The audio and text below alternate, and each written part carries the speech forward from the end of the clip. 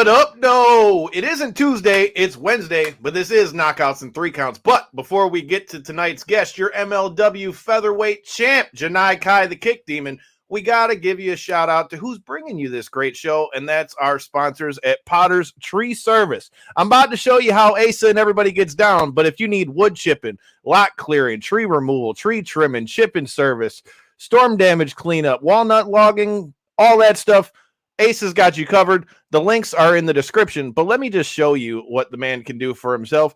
And I mean, you won't need Hacksaw Jim Duggan because Asa Potter and Potter's Tree Service is your guy. So enjoy this and let's get to the show.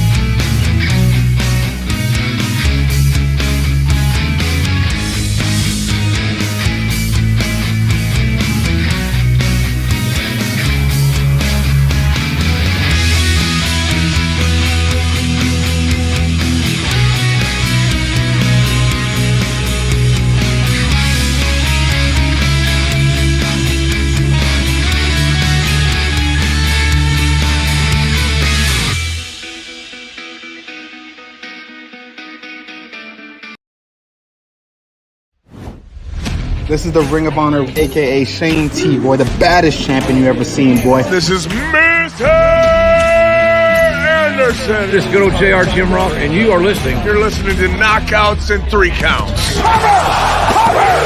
We got a new world champion! That might be one of the craziest knockouts I've ever seen in my life. Knockouts and Three Counts is the podcast meeting to the real deal, baby! Knockouts and Three Counts starts now.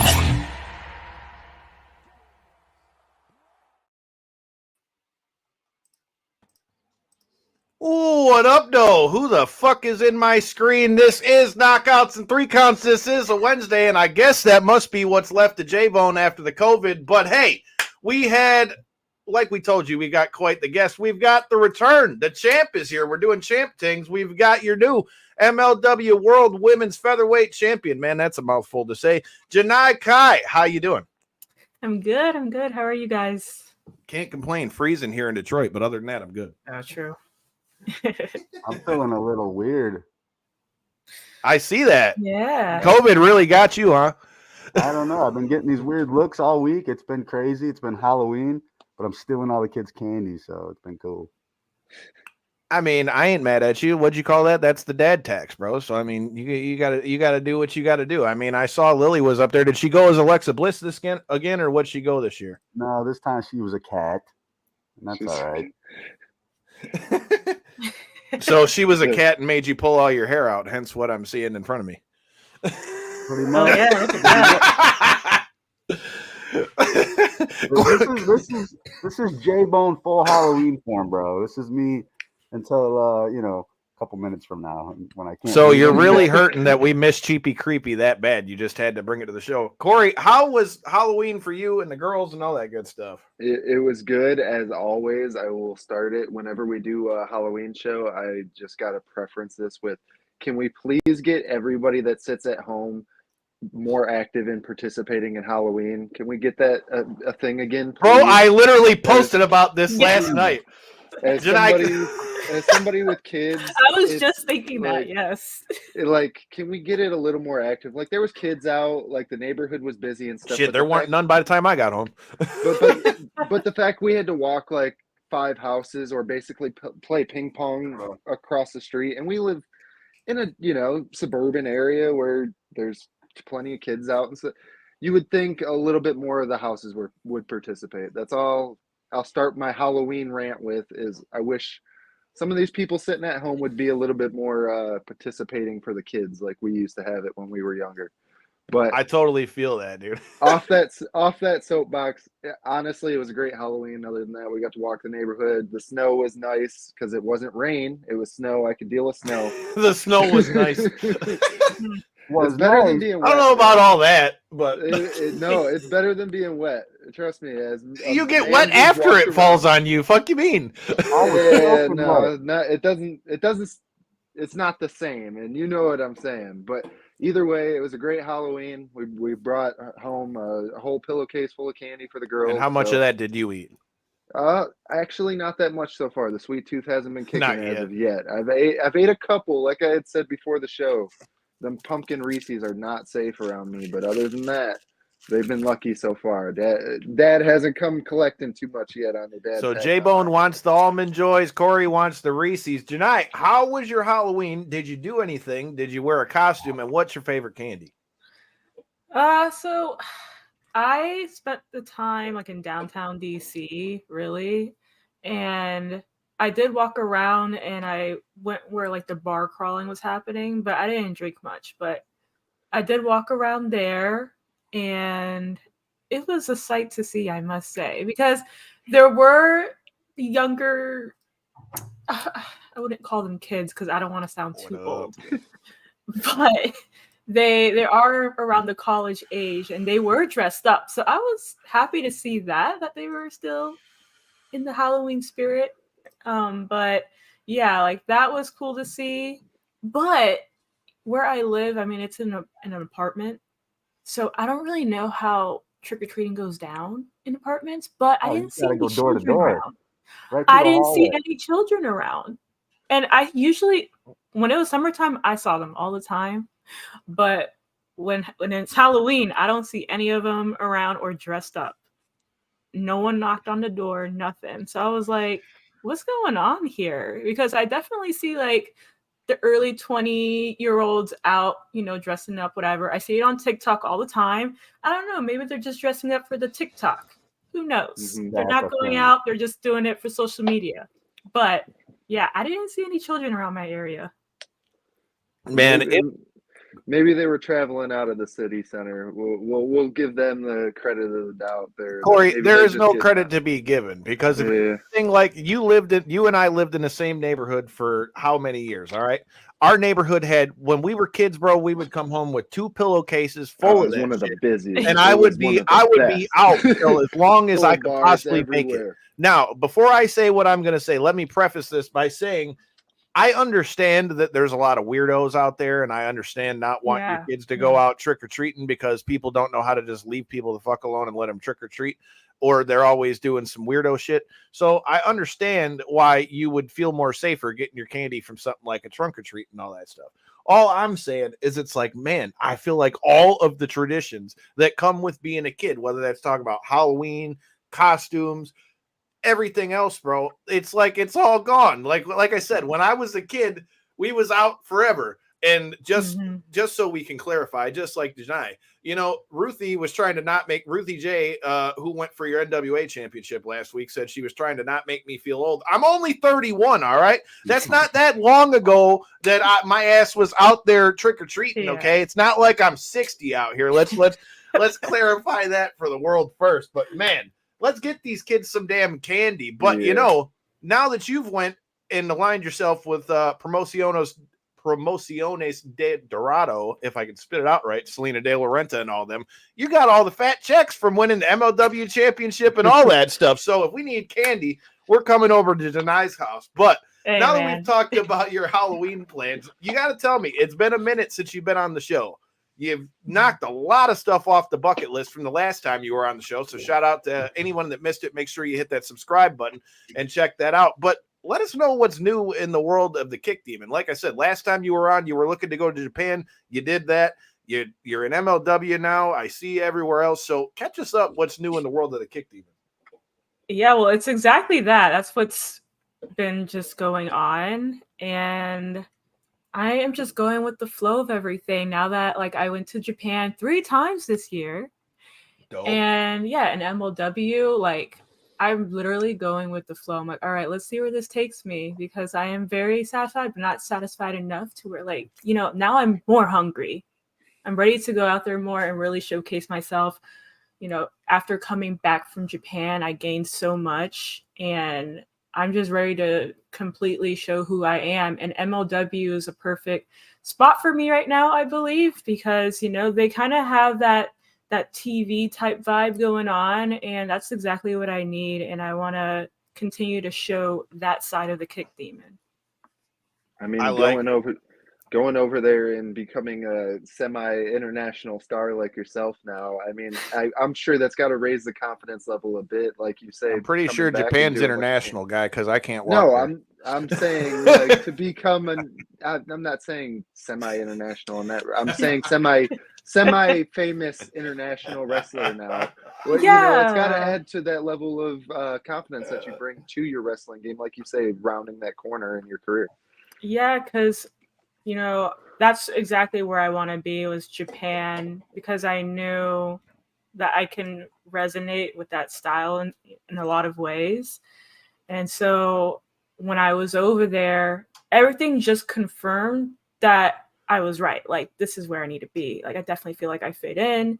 They know what they want to do with me. They want to work with me. They've seen my stuff. Like, they know exactly like where to put me. And they even put me in a faction, which was great in my eyes. Like, I never even would think that I'd be part of a faction in Japan.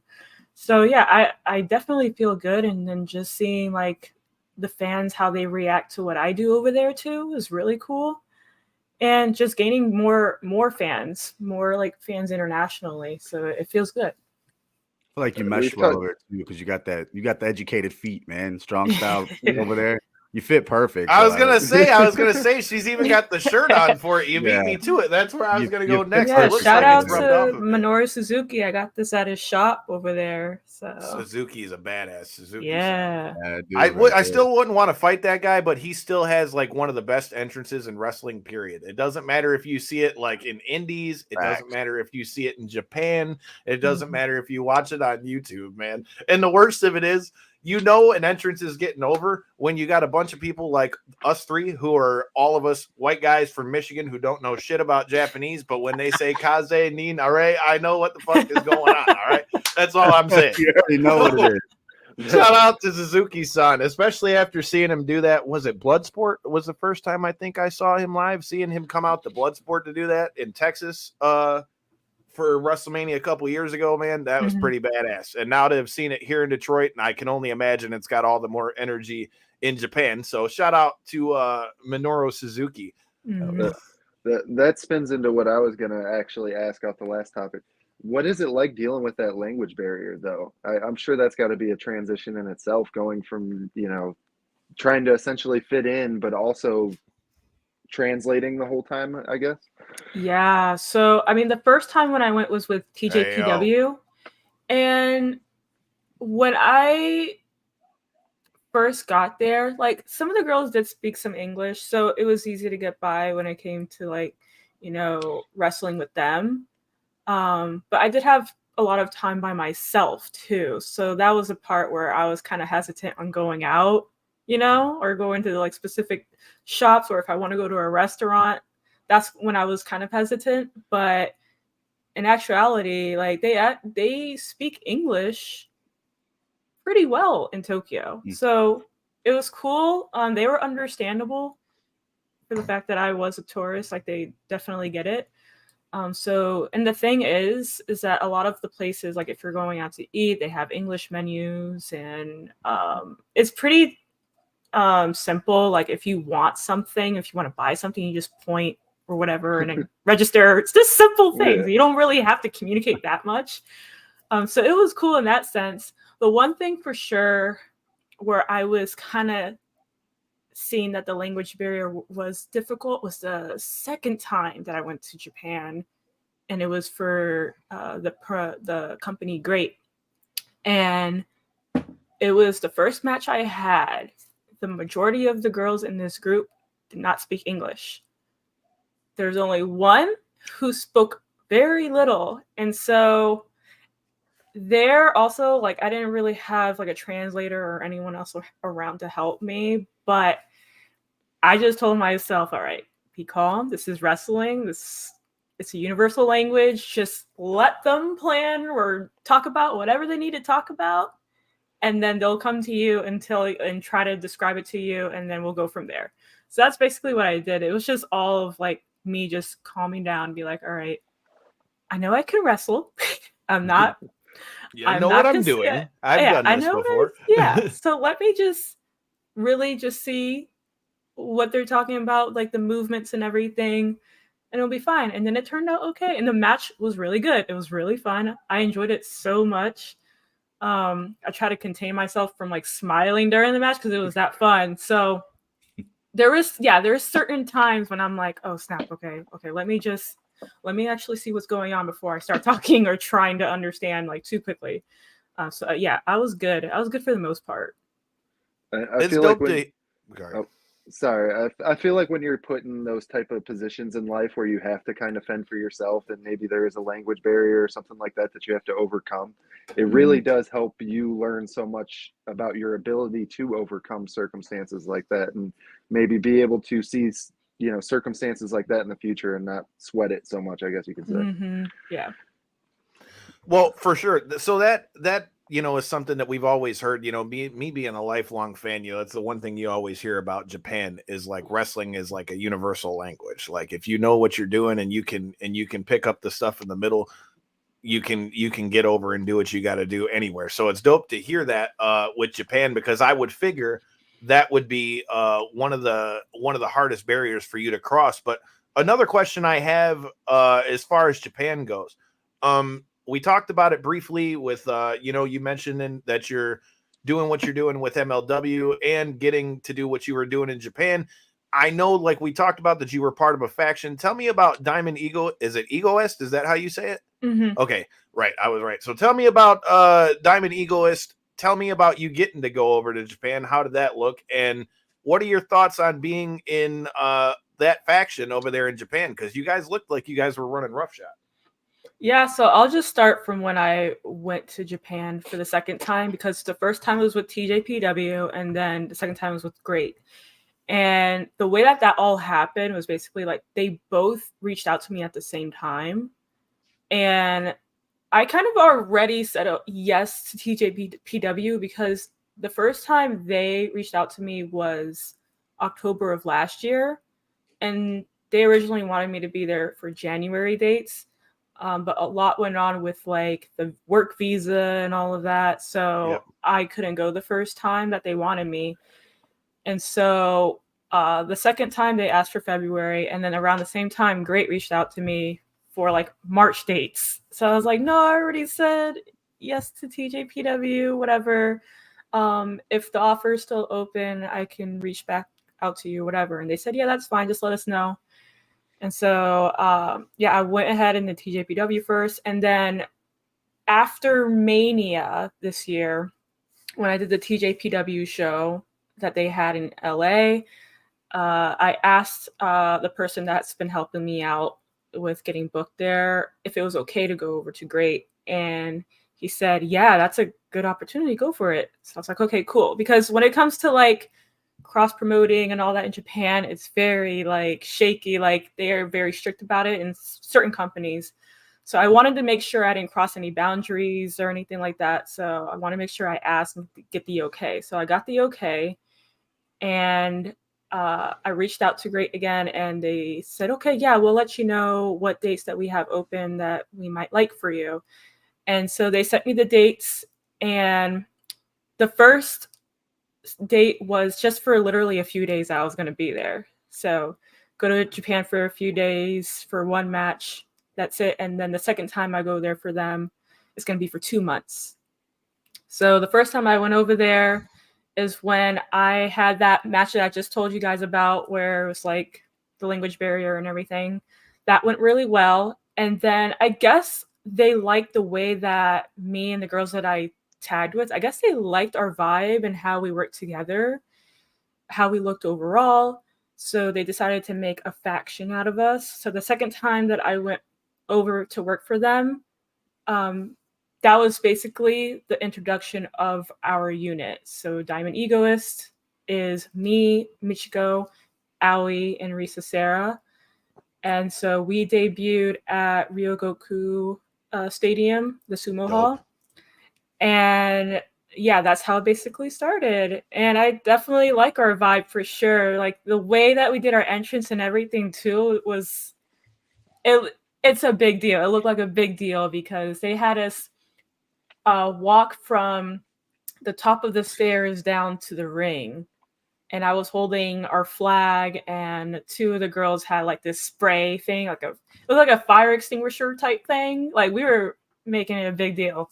So yeah, that's how it basically started for Diamond Egoist, and we're still going. I'm still trying to represent it over here, and I'm trying to get it so that a couple of the girls can come here too and wrestle.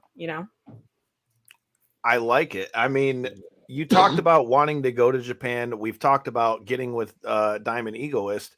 I mean, like I said, for you to get to go over there to Japan, and then for you to say that you guys debuted in the Sumo Hall. I mean, anybody who watches wrestling knows the Sumo Hall, knows Corrigan Hall, knows the Tokyo Dome, knows all those things. So that's dope for you to be getting to do that. And for the first run to be with a company like TJPW, which we've seen, I mean, you could go for days about names that have been over there. Everybody from Thunder Rosa, Janai Kai, all kinds of people that have been through there. So now that you've been with Diamond Egoist a minute, and we're going to get into what you're doing in MLW and working with Salina De La Renta and all them in a second.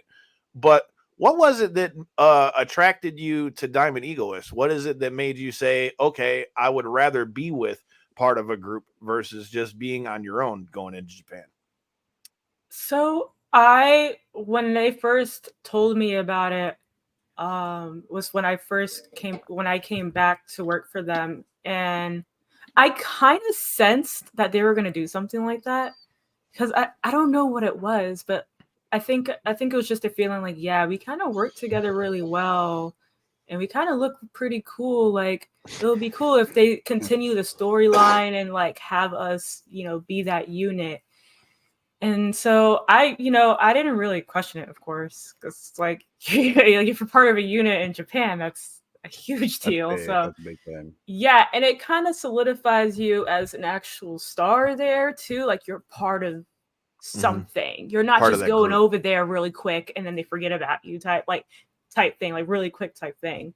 This actually is meaningful, and they see you fitting in so well. Like you're someone special, and they want to possibly bring you back, So yeah, that's how I overall feel about it. We'll see where it goes though, for sure. I am paying attention to like how it's going over there with the girls and everything, and I keep sharing their stuff, and so that I can like continue to share them and possibly bring Diamond Egoist over to America, which I kind of expressed on Twitter earlier. So we'll see where it goes. It's So cool with you that- mentioned that though, real quick, Kyle, when she touched base with being in Japan and being in a faction, any wrestling fan knows that's where a lot of the greats started. Like the original NWO originated in Japan. So when you do Bullet get thrown Club. in a faction, Bullet Club, when you get thrown in a faction in Japan, it means something. So it's cool that you recognize that. You can tell you got your craft in your head and it's down. So you know what's going on. You know the deal. Yeah. So that is a big deal. Very big deal. So with that said, though, now as we transition to what you're doing with MLW, I mean, how do you think that Diamond Egoist and Promociones del Dorado, how would they mix? How do you say you want to see Diamond Egoist come over here to the States? Do you think that they would mesh well so that you guys could just be like a super group at that point? How do you think the two groups would mesh and work together? So I 100% think that Diamond Egoist would fit in the environment of MLW, just because we are that vibe, that fighting gritty like type of vibe, and the girls in this group don't play. They don't play, and if anything, we could have some of that for sure in MLW. If anything, if you want to continue this division in general. But we'll see where this whole Promociones Dorado thing goes for sure. Salina De La Renta is phenomenal. And right when I knew that I was going to be working with her, I trusted that 100% because I see the vision for sure. For sure. But we'll see. She is the boss at the end of the day, you know? Well, you know, she's a executive producer. You know, she has some tricks up her sleeve. So we'll see what happens. You know, I mean, that's a perfect thing to talk about because anybody that's been following us for a while knows that we rock with MLW. Myron Reed coming through when he was champion over there, and a few others that have come through the MLW reign. But I mean, that's as good a place as any to start talking about you coming to MLW. First of all, before we get to talking about Salina and why you just chose to work with her, talk to me about working with MLW. Now, I've been watching MLW for quite a while. I've been watching since they had MJF over there. I mean, you could go down the list. Davey Boy Smith. I mean, they've had a lot of people that have come through MLW at some point or another. So any of you wrestling fans that are checking this out that maybe haven't checked out MLW Fusion, which you can find on YouTube, first of all, you know, I would highly recommend it firstly. But talk to me a little bit about what made MLW the right spot to be like your first like mainstream home as far as here in the States goes. Because I mean, I know you've done other shows and stuff, but MLW would be one of the first bigger names as far as promotions here that I've seen you linked up with. Yeah, I've had my eye on MLW since I basically started. Because also my trainer, Santana Garrett, did a few matches for MLW as well. And so I was watching around a time where they were doing the Orlando shows. Like I was going there and, you know, just scoping things out, seeing how the business works, stuff like that. So I've had my eye on them since then. And when I saw that they were developing this featherweight division recently, I was like, ooh, okay, because it's been questionable of if they were ever going to have some sort of women's division or something going on, you know? So right when I saw this happening, I was like, okay, this is interesting. And I love the fact that they call it a featherweight division. Like this is really cool. So once I started progressing, I'm like, yeah, I definitely feel something here. Like this is somewhere I could really showcase 100%. And when I was talking to you know, MSL and everything, like they've also had their eye on me for a while, and they've expressed that to me and that they've been wanting to have me come through. So now it's happening. Timing is right. That's always a good thing when you know other people are already looking into you as well. Like you said, I mean, MLW, you know, has been doing their thing for a while. I mean, like I said, I think it's as good a place as any. Now with you being in MLW for a little while and now you're the champ, you know, what are your thoughts on the MLW women's division? Because you said yourself, you know, it was kind of a lot up in the air as to whether there was going to be a full division, who might be in that division. I mean, they've had some good champions. I mean, Taya is, you know, a past champion. You got Delmi Exo, who you took the belt from. I mean, they've had a lot of good champions there. So now that you settle yourself into the MLW women's division, for those who maybe are new to MLW, what are your thoughts on the division, and who are some people that you think people need to watch out for? So for my thoughts, exactly, like I was keeping my eye on them but for that exact reason, was to see what they were doing with the women that were coming through, if they're going to develop a women's division. And once I saw this happening, I knew, okay, let me see who's coming through here real quick. And I saw Taya coming through. I saw Delmi coming through. I saw Becca coming through. And some more like local, like Northeast wrestlers coming through and doing fusion. I'm like, okay, cool. We can really develop something here. And so I think for a fact, you know, Becca is someone to watch out for. She is great. I've wrestled her a couple times and she's phenomenal to be in the ring with. So I for sure know that we may be crossing paths. I don't see why not. I think the last show that I was on, for sure, she was injured or something, or on a house arrest. I don't know. One of those. She was posting like something happened. She was on house arrest apparently. So hopefully, by the next show, she's back and we can meet up again. Hey, she said it herself. Fuck around and find out. Right. But you know what we need to find out about? You know, we talked about it a little bit. You know, we talked about being in a faction both in Japan and here in MLW. But anybody who's been watching MLW or MLW Fusion knows very well who Salina De La Renta is.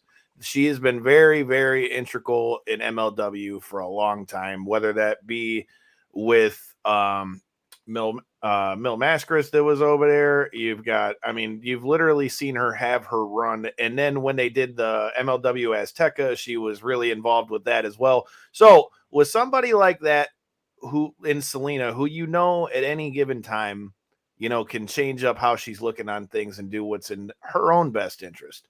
Talk to me about working with Salina. What made working with her a good fit, and what was the sales pitch that brought you to Promociones Dorado?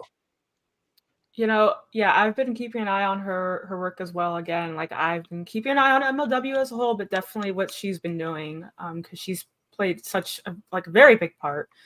And I would like to say she's basically like the face of it. So I've been keeping an eye on all of the work she's been doing, who she's been, her clients. And I think for sure, I kind of need that guidance. And we kind of have the same attitude. We kind of are the same in certain ways. Being also that I have some Puerto Rican in me, So I get it. We're kind of the same in that way, but power out yeah, here. and when we worked together, it was good. The vibe was good. We have the same attitude. Like we want to definitely make everybody know like who's in charge here, or who's like that we're badass. Basically, that's the energy that we give. That's for sure what else that we have in common. So that's how I feel as far as like. I mean, she didn't really have to say much. I was good. I was like, look, I've seen what you've done. Let's do this. I like it. Well, right.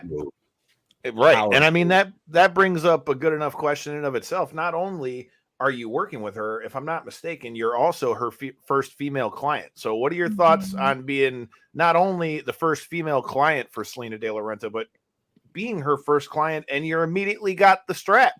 So, I mean, it's kind of hard for anybody to complain about being linked up with somebody if she brings you in as the first female and immediately you got gold.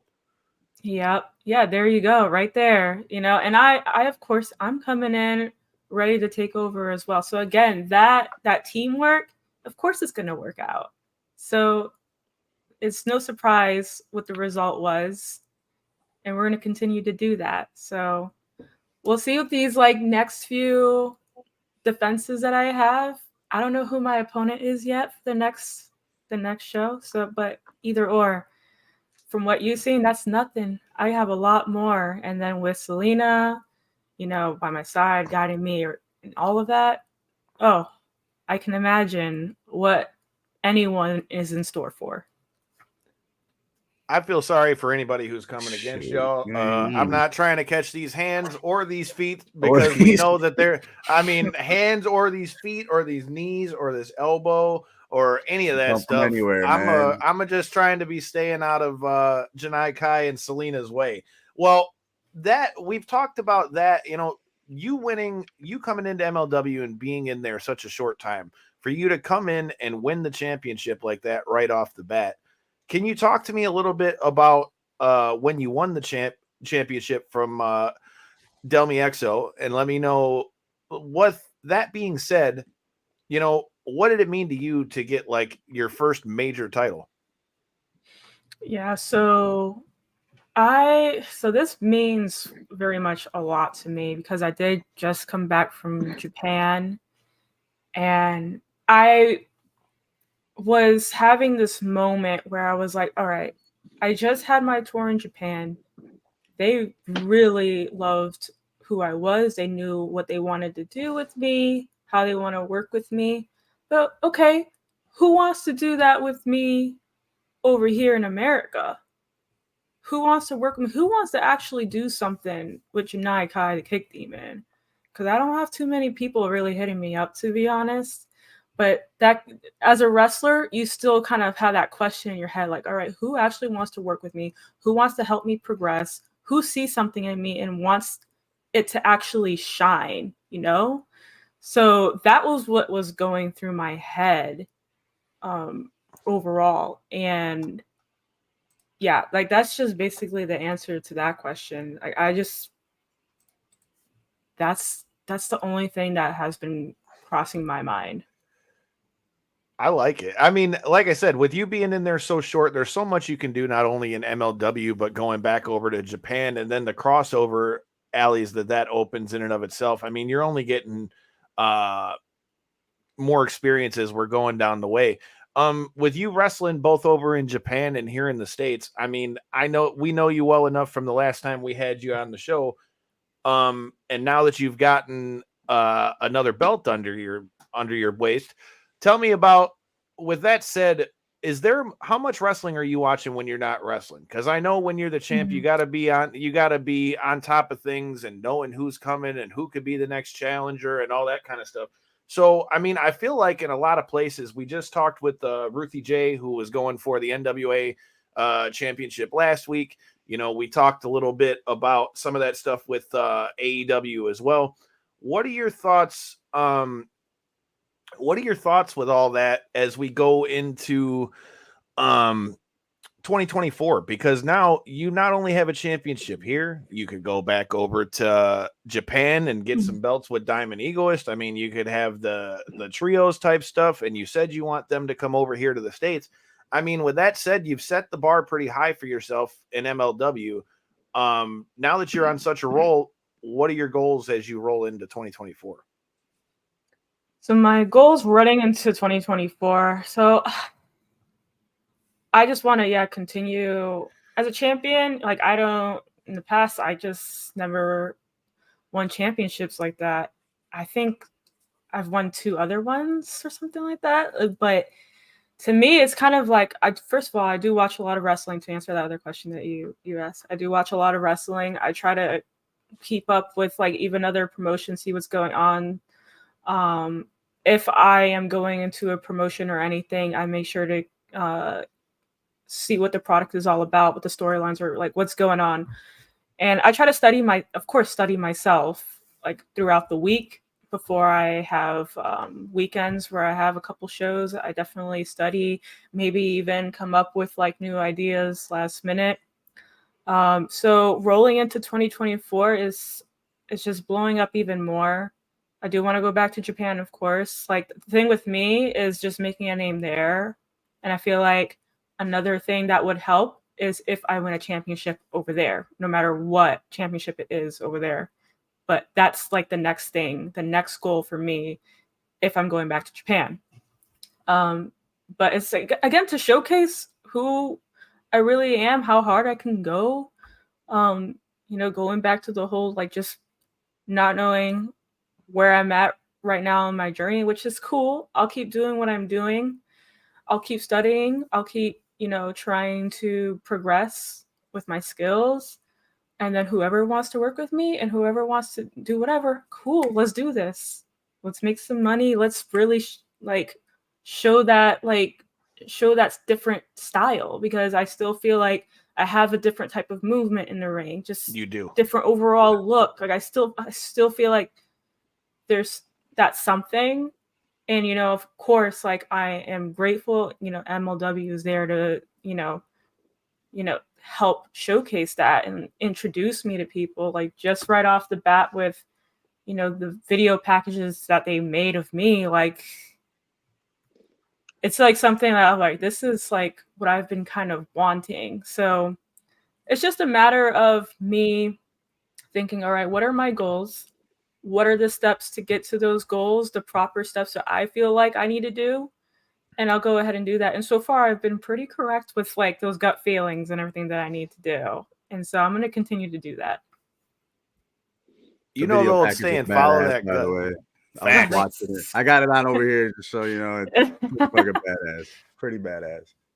Fuck around and find out. Catch these feet. But I mean, I'm just saying 2024 sounds like it could be one hell of a year for the Kick Demon. With that said, do you have a hit list of any sort? Is there anybody that you're looking forward to getting at, whether that's in Japan, whether that's in MLW or elsewhere? Because I tell you, when doing my research for all these things and knowing that you're still keeping up with all the other stuff, I mean, another name that I've been hearing a lot of people talk about in the world of wrestling, obviously it's a different company, but just thinking about it off the top of my head, I feel like the styles of it would make this a badass match. I think Janai Kai versus Lola Vice would be one hell of a match. Ex-MMA fighter, you've got the kicking, and most of her offense is all head kicks, leg kicks, elbows, most all the MMA stuff. Something tells me that match would be badass. I'm just saying that would be one that I'd like to see. I see, WWE or NXT in general bringing in some martial artists. Mhm. I see them. I see them bringing them in. Oh yeah. So it's like, I'm scoping them out. I'm watching some of their matches, but yeah, hey, if that was ever to happen, for sure. And I still believe, like, even if I was on NXT, my style is still different. Like, it is. There's no Very arguing. unique. Yep. Oh, That's why man. that was just one that popped in my head. Just Someone thinking as asked far me as if I would matchups. wrestle anybody on NXT. I'm like, yes. I'll wrestle anybody on NXT. Anybody. Give it to Why me. wouldn't I don't care who it is. So yeah, I would definitely love to wrestle Lola Vice, if anything, if that was ever something to happen. Something that's more likely, and I feel like it's something else that you would fit in great for. I mean, obviously, anybody that knows us knows that we're fans of Josh Barnett's Bloodsport, and shout out to the first female winner and the homie Lindsay Snow, who just came through here, Detroit. With that being said, I mean, what are your thoughts on Bloodsport? I just feel like you would kick ass in Josh Barnett's Bloodsport. I feel like that would be something Well, sweet. too to bad see I come haven't anyway. been kicking ass on there. I know. I think you'd be kicking ass on there if they picked you up. That's why I'm trying to put it out into the ether before we get to Philly. Well, I did it a couple times, and I haven't been kicking anyone's ass. I'm saying you already had your first 2 runs there, but I'm just saying you are the perfect fit for Bloodsport. Every time I go there, I'm like, yo, because I've been there. Let's see, I've been for 2 Bloodsport shows. I went to the one in Texas, and I'm trying to remember what other Mania it was I went there. But ever since we had you on the first time, I've been saying this. I feel like I wish we saw more of the Bloodsport like type events, because I feel like as we cover like some of the deathmatch stuff and that too, you're seeing so much of like the no ring matches and the brawls and all that stuff. But to me, I think Bloodsport is one of the coolest things, especially with you having your background in Japan now. I mean, I just, like I said, I don't know, something about you, Bloodsport, and that whole thing. I'm a fan. So I'm just saying, Josh Barnett, if you hear this, I think that Janai needs to be back in Bloodsport, and it should happen in Philly, because I just might be there. I would love to be back 100%. I always am looking forward to Bloodsport as well, because like this year I just sat in the crowd and watched. But I always like feel like, dang, I want to get in there, So, especially coming back from Japan again, I have that just that motivation to do a lot more. Because it's just a whole different mindset that I have. Like, I did kind of like a UWF style match with Tomoka Inaba for Great. And hey, man, first of all, she's a hard kicker. She's probably the hardest kicker I ever wrestled. That's one thing for sure. She whipped me pretty good for sure. Like, I felt her kicks the next day. I'm like, damn. Okay, I don't know if I'm doing that to people over here, but okay. That's how they do it over here. I'm gonna take that. I'm gonna take all those kicks and bring it over to America. Because hey, if they do it over there like that, let me just bring it over here real quick. Because that's what it's all about.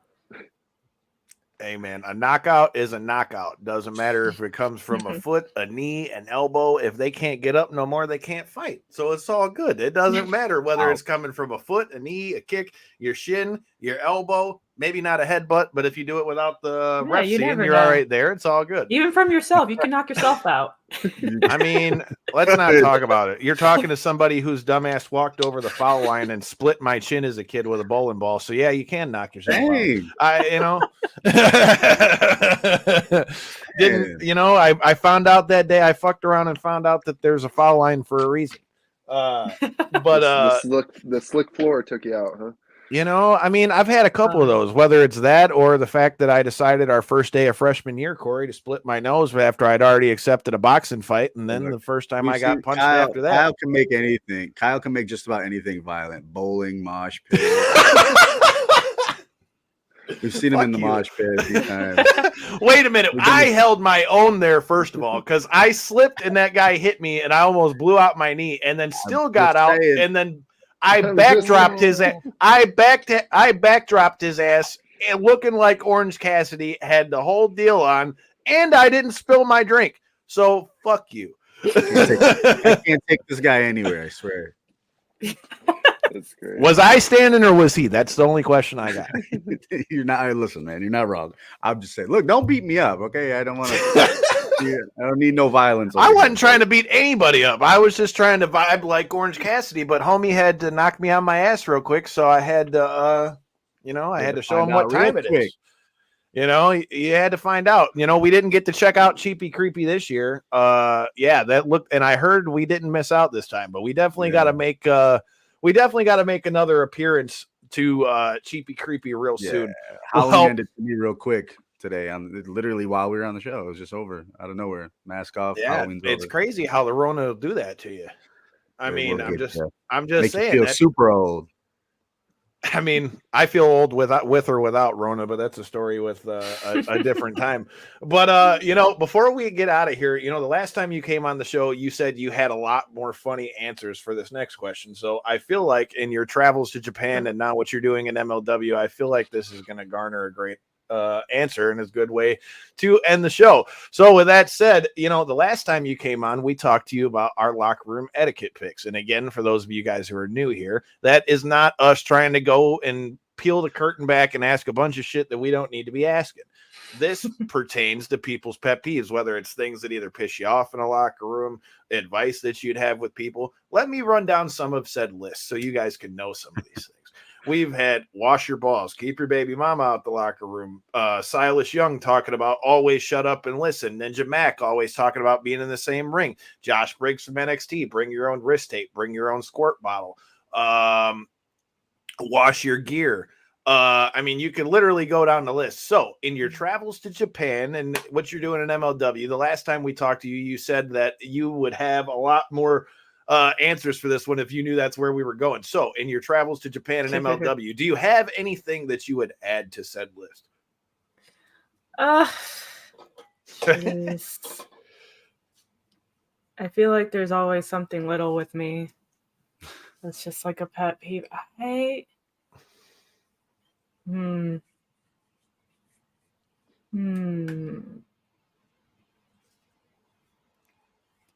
can't think of one at the top of my head, to be honest. It's like put her on the spot. I'm very much a person that, in the locker room, kind of to myself, or like I'll definitely, like, everyone has their spot in the locker room. And, when I was in Japan, like, of course, everything was more organized. So, like, it wasn't like anything in particular with them, like everyone is to themselves. And what's different about it too over there is that they definitely make sure to keep like the women separate in other locker rooms and the guys in their own rooms as well. But I guess I would say that, just going back to like keeping women kind of separate in their own locker room. Nowadays, like when we see that we're kind of in the same area as the guys, kind of like, oh great, now I gotta figure out a way to finesse putting my bottoms on, or like, even if the bathroom might be far away or it might be upstairs and you can't go upstairs, it's just something like that. It's like, I don't know, when it comes to venue picking, kind of think about that too, and don't squish the girls in a little closet or anything, like, maybe something like that for sure. That's just what I've been seeing. If we're going to compare the differences too from like Japan locker rooms in here. And I've also even experienced that recently. So I would like it if that was kind of in mind, to keep the girls separate from the guys in the locker room. That's a good one, man. I mean, that's the thing. I mean, you would think that in 2023, especially with as much as we've seen as far as not just with women and women's rights, but the LGBTQ and all that stuff and everything that we've seen, you would think that that would be something that would just be an easy one, but hence why we have said segment, because you never know what is going to come out of that. But it has sparked one other good question, and it's something somebody had asked in a different way in the comments, so I'll let this be the last question. With that said, you know, with you doing MLW and you doing Japan, what are the biggest differences you see between wrestling here and wrestling over there in Japan for whatever promotion it is? What are some of the biggest differences, whether that be things you like, things you didn't like, or just the biggest differences you saw? So the thing with Japan, like again, everyone's to themselves and very much more organized. Like if you're even gonna be selling merch, they kind of help organize that for you in a way. I've noticed that. I know for sure, like it's just so much more laid back here. Like, because like still wrestlers like to go out after they're done with their match and like be at their merch table or even like be around where the crowd is, like just out and about. And like you don't see that over there in Japan. Again, we're staying in the back. We're only going to merch when we need to be there. I don't know, over there too, I felt like maybe I was like treated more of like as a professional wrestling star. That's kind of like the vibe that I was getting, because of the fact that they kept us so separate, like from the fans and all of that. That's kind of how it felt. So I like that, but I kind of miss being so like comfortable just doing whatever I want in a way. Even though it's work, it is work, and it definitely felt like work there. So it was cool in that sense, but there was times when I was like, dang, like I know there's like a language barrier. I can't just talk to anybody either. I was kind of to myself. That's why it also felt kind of like, I kind of wish being familiar with people and talking and just having a good time, like over here. So in that way, like when it comes to like locker room and stuff, that's how I feel. But what I like for sure is just how the audience response is when it comes to matches, when they're watching matches. I definitely like how more quiet they are and attentive. I have so many things about American audiences, just just based off like where I've been. It's depending on like the state though, but like there's like certain things for sure. Feel free to let them go, because we also talked about fan etiquette and people don't know how to wear deodorant and don't know how to keep them hands to themselves and all that kind of stuff. When it comes to so I don't mind, response to matches, but it's just the way that audience respond to the matches here. They kind of already feel like they know what's going to happen or are expecting too much out of a match sometimes, or they're predicting, like they're kind of trying to control where the match goes, basically, just by how their reactions are. And I don't see that over in Japan. Like if something happens, even like a headlock takeover, whoa. Like it's like very like they just respond to that. Over here, like of course you guys see like there's a lot of high spots going on, there's a lot of flipping, and then the audience wants more and more and more. And so you start hearing the whoa, like they start, and then it comes to, and I've seen this recently where they start doing that randomly at certain parts of the match where I'm like, why are you saying that right now? Like, just let them do what they have to do, because you're really trying. Like, it just feels like it's they're just trying to hijack the show. Yeah, it's like they're controlling. If they're just gonna do 2 forearms, let them do 2 forearms. I mean, it's okay to say do it again. Okay, I'll do it again, but I'm not gonna do it 3 more times. Okay, it's just like little pet peeves of mine, I guess, like compared to over there, because it's kind of like, all right, like now I feel like I'm wrestling for you guys, like I'm entertaining you guys, but now I feel like I work for you guys in a way. Where even like with my style, it's difficult because not a lot of people kind of get it in a way, or I just like it feels like the vibe with the audience sometimes like I definitely want to be there for them, but I also want them to pay attention to the style. So it's just like a lot of things, little things that I kind of think about. And, over there, of course, if they're paying attention and they're able to get it, they're able to understand. It's just like if someone's talking to you and you're having a conversation with someone and you're actually listening to them, to the words they say, and then you have the response. You don't cut off and like predict what they're going to say. Cause then it's like, whoa, dude, like, it's kind of like, can I say it myself? Yeah. So it's just kind of like that vibe that I get.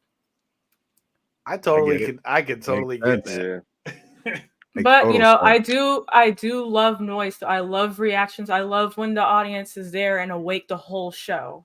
Don't get me wrong. That I love that. I love that about American audiences, and of course in Japan, it's always going to be quiet. They're never going to be like too rowdy or whatever. They just like yell out the wrestler's name and that's it, really.